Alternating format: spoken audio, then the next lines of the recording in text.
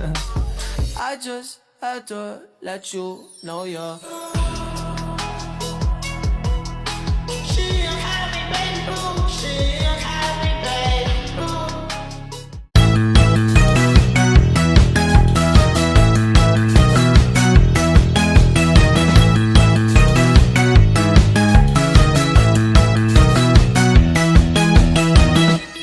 Selamat siang untuk kita semuanya. Siang. Terima kasih atas waktunya. Baik semuanya, hari ini kita akan belajar bahasa Indonesia dengan materi teks narasi.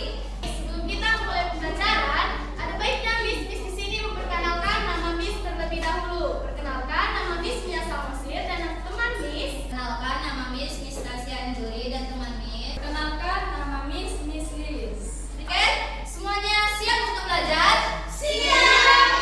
Untuk lebih semangat lagi, kita akan menyanyikan sebuah lagu wajib nasional. Dari Sabang sampai Oke, kita nyanyikan itu dengan semangat ya. 1, 2, 3, ya.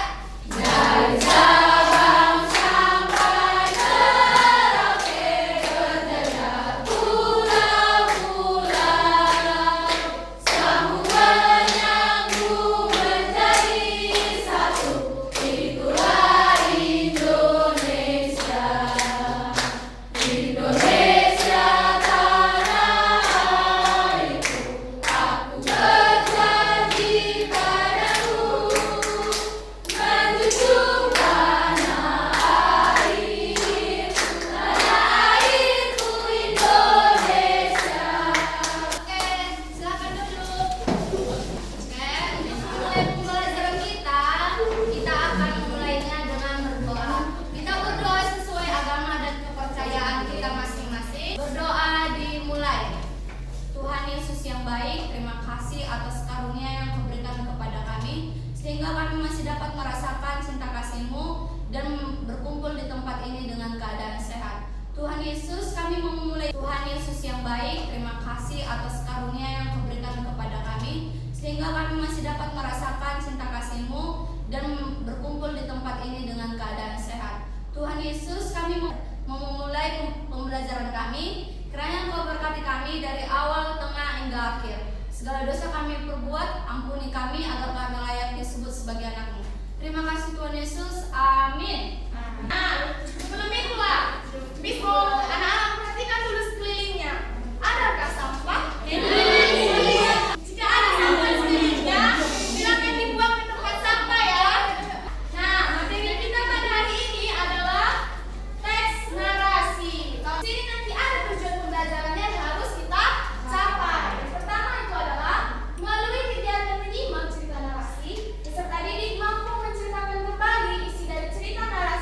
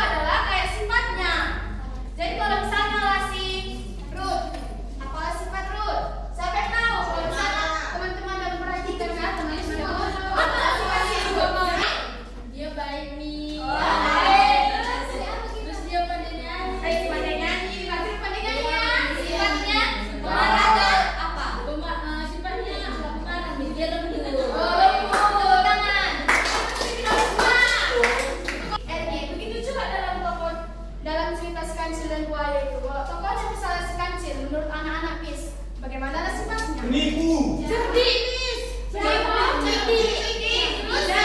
Jahat. Bijaksana. Banyak ya jawabannya ya. Nah, kalau si buaya bagaimana sifatnya? Bodoh. Bodoh. Bodoh dia karena ikut Miss kancil. Nggak bodoh.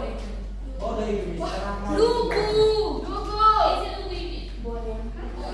Buaya. Jadi anak-anak, dari suatu cerita itu bisa kita tahu kan bagaimana sifat-sifat tokoh-tokohnya kan? Selanjutnya ada alur cerita. Jalan cerita. Jadi kalau cerita si kancil dan buaya itu dia dimulai dari alur yang awal. Ada awalnya, ada tengahnya, ada akhirnya. Yang terakhir adalah menggunakan kata-kata waktu. Nah, seperti yang Miss tadi bilang, kata keterangan waktu itu bisa bersifat sore hari, pagi hari, siang hari, apalagi malam hari, dini hari, bisa dini hari. Ya, itu semua betul. Nah, itu juga ciri-ciri dari teks narasi. Apa saja tadi?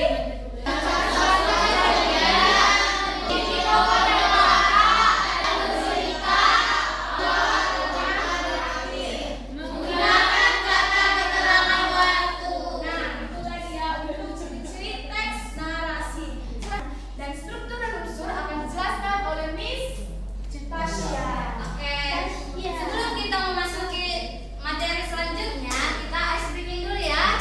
Semuanya bangkit berdiri. Lihat dulu Miss ya, biar kami praktekkan.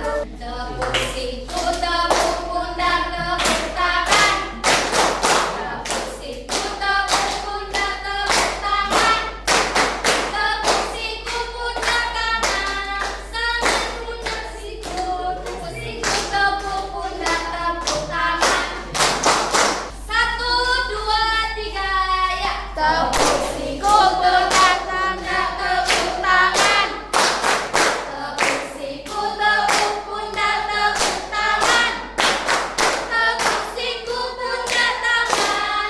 Tangan siku, pundak, tepuk siku, tepuk tangan, tepuk tangan. Oke, cepat. Siku, tepuk pundak, tepuk tangan. Tepuk siku, tepuk pundak, tepuk tangan. Tepuk siku, tepuk tangan. Tangan siku, pundak, tepuk siku, tepuk pundak, tepuk tangan. Tepuk siku, tepuk pundak, tepuk tangan.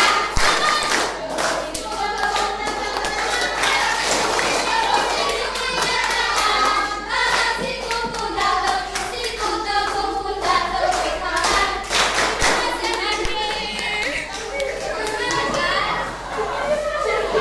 Oke, kita masuk ke materi selanjutnya yaitu struktur teks narasi. Yang pertama itu orientasi.